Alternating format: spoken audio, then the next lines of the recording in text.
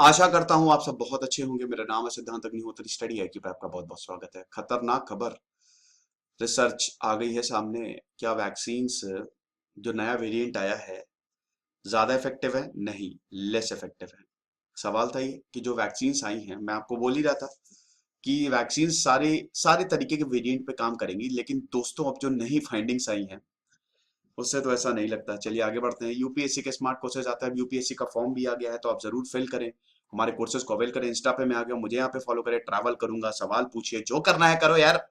Like करो, photo comment करो, मजा आती है।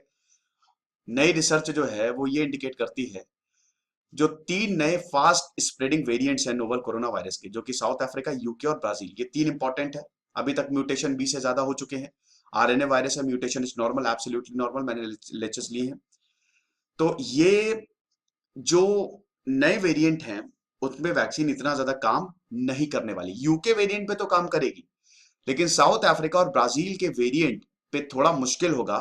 हमको 3.5 गुना चाहिए, हमको 3.5 गुना ज्यादा एंटीबॉडीज चाहिए। देखिए, एंटीबॉडीज ये तो ओरिजिनल वायरस के लिए बनाई गई थी, लेकिन अब ये म्यूटेट कर दिया है। इसका जो जेनेटिक मटेरियल उसी में बदलाव आ गया है, तो अभी और ज्यादा ताकतवर हो गया है। ट्रांसमिसिबिलिटी इसकी और ज्यादा बढ़ गई है। केसेस अभी बहुत कम आ रहे हैं, सिर्फ भारत में नहीं पूरी दुनिया में। लेकिन क्या हम एकदम आसानी से बैठ या नहीं? बेटा, कहीं ऐसा ना हो कि दोबारा लॉकडाउन लग जाए और फिर से 40-50 हजार, भगवान ना करे ऐसा हो। लेकिन इससे हम बच सकते हैं। प्रिकॉशंस, जो गाइडलाइंस है वो फॉलो करिए। मास्क पहनिए, ये मेरी आपसे विनती है, मास्क पहनिए। अगर आप भीड़ में हैं तो जरूर पहनिए। सोशल डिस्टेंसिंग अभी भी फॉलो करिए। तो अब ऐसा है कि हमको ज्यादा एंटीबॉडीज चाहिए ताकि हम नए वेरिएंट्स को न्यूट्रलाइज कर सके। ठीक है। अब स्टडी जो है वो नेचर में पब्लिश हुई। नेचर मेडिसिन, जो कि सबसे इंपॉर्टेंट जर्नल है, जो भी एक्सपेरिमेंट किए, लेबोरेटरी बेस्ड एक्सपेरिमेंट्स थे ये, उसको पब्लिश किया गया नेचर मेडिसिन थर्सडे में।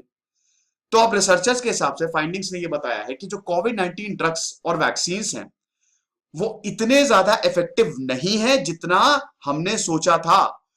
और जैसे जैसे वेरिएंट डोमिनेंट होता जाएगा ये और कम इफेक्टिव होती जाएगी।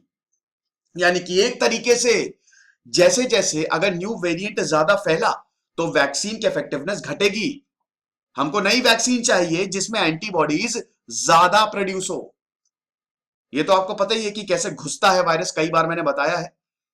तो यहां पे जो फास्ट स्प्रेडिंग वेरिएंट्स है वो इमर्ज हुए, यूके में आए और पूरे यूरोप में फैल गए। भारत में भी केसेस आए, पूरी दुनिया में है। ये तो आप मान के चलिए, जहां पे सीक्वेंसिंग ज्यादा हो रही है वो देश तो सामने रख दे रहा है कि भैया देखो इतने लोगों को ये क्या कहते हैं कि इन्फेक्शन हुआ है। भारत में सीक्वेंसिंग कम हो रही है, तो हो सकता है भारत में केसेस ज्यादा हो नए वेरिएंट के, लेकिन कम आ रहे हैं। इसकी ट्रांसमिसिबिलिटी भी ज्यादा 70% है, ऐसा यूके के ही हेल्थ मिनिस्टर ने बोला, हेल्थ सेक्रेटरी ने बोला था। तो ये यूके में जब फैलना शुरू हुआ तो वहां पे तुरंत लॉकडाउन लगा दिया।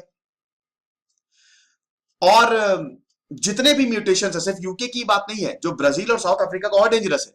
तो जितने भी म्यूटेशन है, मल्टीपल म्यूटेशन जो इनके स्पाइक जीन्स में होते हैं, ये जो भी ड्रग्स है, देखिए स्पाइक प्रोटीन को ही तो जो ड्रग्स या वैक्सीन टारगेट करती है ना, अगर स्पाइक प्रोटीन से ही नहीं जुड़ेगा तो अल्टीमेटली उसका इफेक्ट खत्म हो जाएगा। तो स्पाइक टारगेटेड ड्रग्स हैं ये सब। और अगर इतने सारे इनके स्पाइक प्रोटीन में, स्पाइक जीन्स में ही म्यूटेशन हो जाएंगे तो फिर इफेक्टिवनेस तो घटेगी ना वैक्सीन की।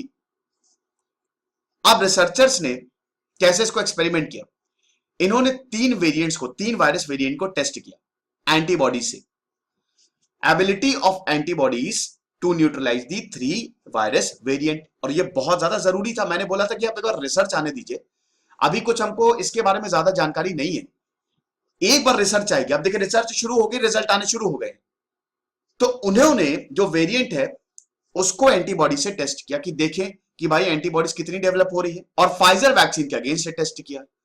तो जब और अच्छा हाँ, इन्होंने एंटीबॉडीज माइस, हैमस्टर और मंकीज की भी टेस्ट की, उनको भी वैक्सीनेट किया। जो कोविड-19 का पूरा एक्सपेरिमेंट हो रहा था तो काफी वास्ट लेवल पे हुआ। तो जब ये सब कुछ हो गया, रिजल्ट बड़े चौंकाने वाले सामने आए। यूनिवर्सिटी ने प्रेस स्टेटमेंट में यही बोला है कि यूके वेरिएंट को तो हम न्यूट्रलाइज कर सकते हैं। जिस तरीके की एंटीबॉडीज डेवलप हो रही हैं, एक तो नेचुरल एंटीबॉडीज होती है, जिनको कोविड-19 हो गया उसके बाद उनकी नेचुरली एंटीबॉडीज बनेगी। एक एक्वायर्ड एंटीबॉडीज होती हैं, ठीक है, वैक्सीनेटेड एंटीबॉडीज, ये थोड़ी ज्यादा बेटर होती हैं कि वैक्सीन लगा के जो एंटीबॉडीज डेवलप की जाती है। दवाई हमेशा बीमार लोगों को दी जाती है, वैक्सीन स्वस्थ लोगों को दी जाती है ताकि वो बीमारी ही ना लगे उनको। तो अब ऐसा है कि हमेशा एक्वायर्ड एंटीबॉडीज थोड़ी सी ज्यादा, मतलब जो वैक्सीनेटेड एंटीबॉडीज होती हैं वो ज्यादा बेटर मानी जाती है क्योंकि वो टेस्टेड एक्सपेरिमेंटेड है। एक और प्रॉब्लम ये कि एंटीबॉडीज कब तक रहेंगे, न्यूट्रलाइजिंग एंटीबॉडीज की मैंने बात की थी, सबसे इंपॉर्टेंट होती है ये। तो ये न्यूट्रलाइजिंग एंटीबॉडी जब तक है तब तक तो आप बीमारी से बचे रहेंगे, जैसे ही एंटीबॉडीज का लेवल नीचे जाएगा आप गए काम से। तो ये भी एक जांच का विषय और उसमें भी रिसर्च, कई सारे पेपर्स पब्लिश होते रहते हैं और भी होंगे। तो यूनिवर्सिटी ने यही बोला कि अभी जो एंटीबॉडी, अभी जो वैक्सीन दी जा रही है उससे हम यूके लेवल को तो कंट्रोल कर सकते हैं, जो यूके वेरिएंट है वो कंट्रोल में आ जाएगा, लेकिन जो बाकी दो है साउथ अफ्रीका और ब्राजील, वो नहीं आएगा। 3.5 गुना से 10 गुना ज्यादा एंटीबॉडी चाहिए हमको उसको न्यूट्रलाइज करने के लिए।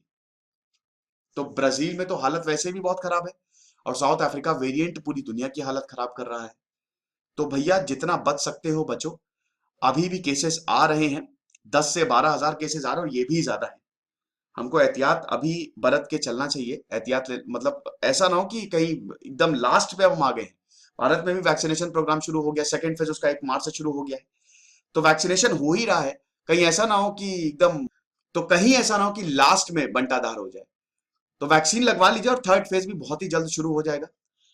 ये मेरा टेलीग्राम चैनल है, 13,500 सब्सक्राइबर, आप इसी को ही ज्वाइन करिएगा। मुझे लगता है आप लोग मेरे फेक चैनल पे जा रहे हैं, आप उस पर मत जाइए, मेरी आपसे रिक्वेस्ट है।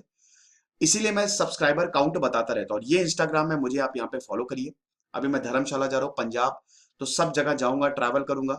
हाँ, एक चीज और है कि मैंने अब क्वेरीज भी आंसर करना शुरू कर दिया है। 1 महीने से मैं कोई क्वेरीज आंसर नहीं कर रहा था, कल से। अगर इससे पहले आपने सवाल पूछा, आप नए तरीके से सवाल पूछ लीजिए, नए मतलब दोबारा सवाल पूछ लीजिए, क्योंकि टाइम नहीं था मेरे पास, अभी बहुत ज्यादा बिजी शेड्यूल था।